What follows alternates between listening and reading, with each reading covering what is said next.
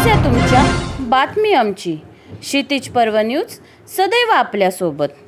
जय भीम. आज आपण आहोत एक पनवेल तालुक्यातील एक छोटस गाव महुकचा पाडा इथे आणि रायगडचे ख्यातनाम गायक विकी विकी हे नेहमीच भीम जयंतीसाठी पूर्ण महाराष्ट्रभर फिरत असतात.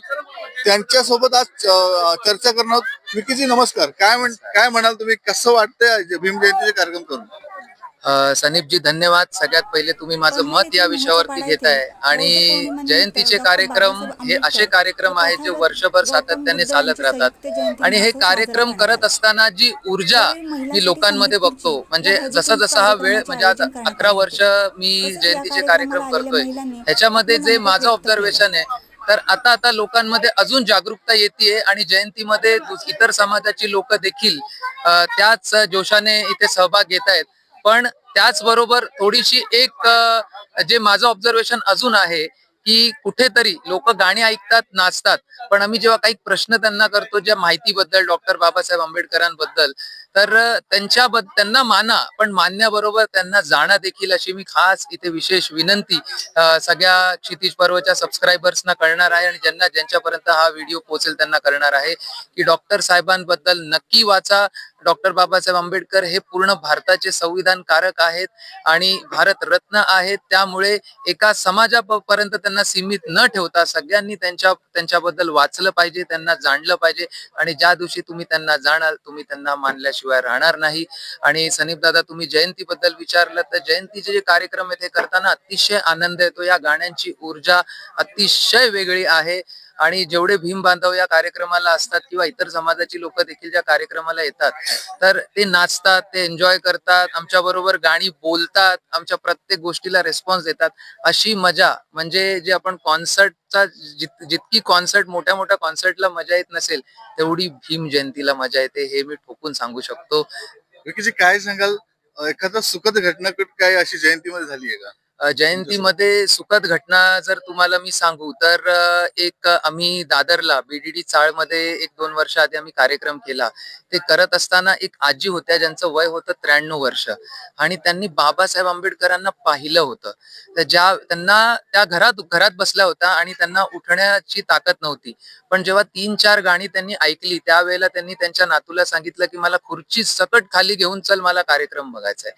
आणि कार्यक्रम बघत असताना त्यांचे डोळे अतिशय पाणावले होते आणि हे पाणावलेल्या डोळ्यांसकट त्यांच्याकडे पैसे नसताना त्यांनी 20 रुपयाची नोट बक्षीस म्हणून दिली डॉक्टर बाबासाहेबांच्या गाण्याबद्दल.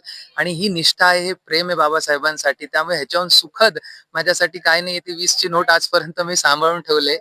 आणि असा खराब अनुभव काय असा आलाय का? खराब अनुभव कधीच नाही आला. अतिशय प्रेम आम्हाला मिळालेलं आहे. प्रत्येक भीमजयंतीच्या कार्यक्रमाला बौद्ध बांधवांकडून, इतर समाजाच्या लोकांकडून इतकं प्रेम मिळतं या कार्यक्रमांमध्ये की वर्षभर आम्ही ह्या कार्यक्रमाची वाट पाहत असतो. म्हणजे जितके रायगडचे आर्टिस्ट आहेत त्याच्यामध्ये जर तुम्ही विचारलं, तर आम्ही ह्या कार्यक्रमाची नितांत आतुरतेने वाट बघत असतो की कधी हे कार्यक्रम होत आहेत. कारण जी या कार्यक्रमात नुसती बसून लोक बघत नाहीत, तर मजा करतात, डान्स करतात, रिस्पॉन्स देतात. एक ऊर्जा वेगळी आहे, एक ऊर्जाच वेगळी आहे. मी का विकीजी असं म्हणेन की तुम्हाला ह्या वेळेला आणण्यासाठी कोणी सपोर्ट केलं, काय कसं? मला मुळात एक घटना, ह्याची पण ह्याच्या मागे पण घटनाच आहे. मला असं वाटलेलं की मी जयंती, ज्या डॉक्टर बाबासाहेब आंबेडकरांच्या जयंतीचे जे कार्यक्रमांमधली गाणी आहेत ती मी गाऊ शकत नाही, कारण उंच पट्टीवरची गाणी असतात. पण असं झालं होतं की निशांत भालेराव नावाचे एक आर्टिस्ट आहेत, ते पण भीम बांधव आहेत आणि ऑक्टोपॅड डिजिटल प्रोग्रामिंग वाजवतात. त्यांनी मला एक गाणं दिलं, वदे रमाई, आणि त्यांनी सांगितलं की हे गाणं तू गावस, अशी माझी इच्छा आहे.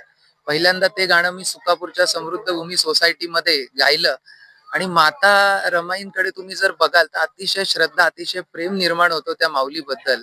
आणि त्या वदे रमाई पासून माझ्या या प्रवासाची सुरुवात झाली. मग मी डॉक्टर बाबासाहेबांबद्दल वाचायला सुरुवात केली, माता रमाईंबद्दल वाचायला सुरुवात केली आणि मग वाचन करत मग ही गाणी सुद्धा बसवली आणि माता भीम जयंतीला मी पूर्ण जीव ओतून मजा करतो.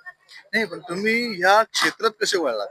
संगीत या क्षेत्रात जर म्हणाल तर माझा जो मोठा भाऊ आहे, म्हणजे रायगड भूषण गायक मुकेश उपाध्ये, त्याच्या सोबत मी आधी जायचो आणि मग 1-2 गाण्यांना कोरस केलं. मग तो म्हणाला तू गाऊ शकतोस आणि कुठेतरी त्याने मला हातभार लावला, त्याने पुश केलं.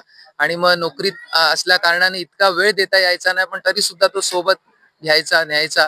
आणि मग त्याच्यानंतर जसे तुम्ही देखील माझे भाऊ आहात, तुमच्या सगळ्यांच्याच तुम्ही देखील माझ्यासोबत एक युट्यूबला गाणं केलं, त्याच्यात पण तुम्ही माझे भाऊच झालात.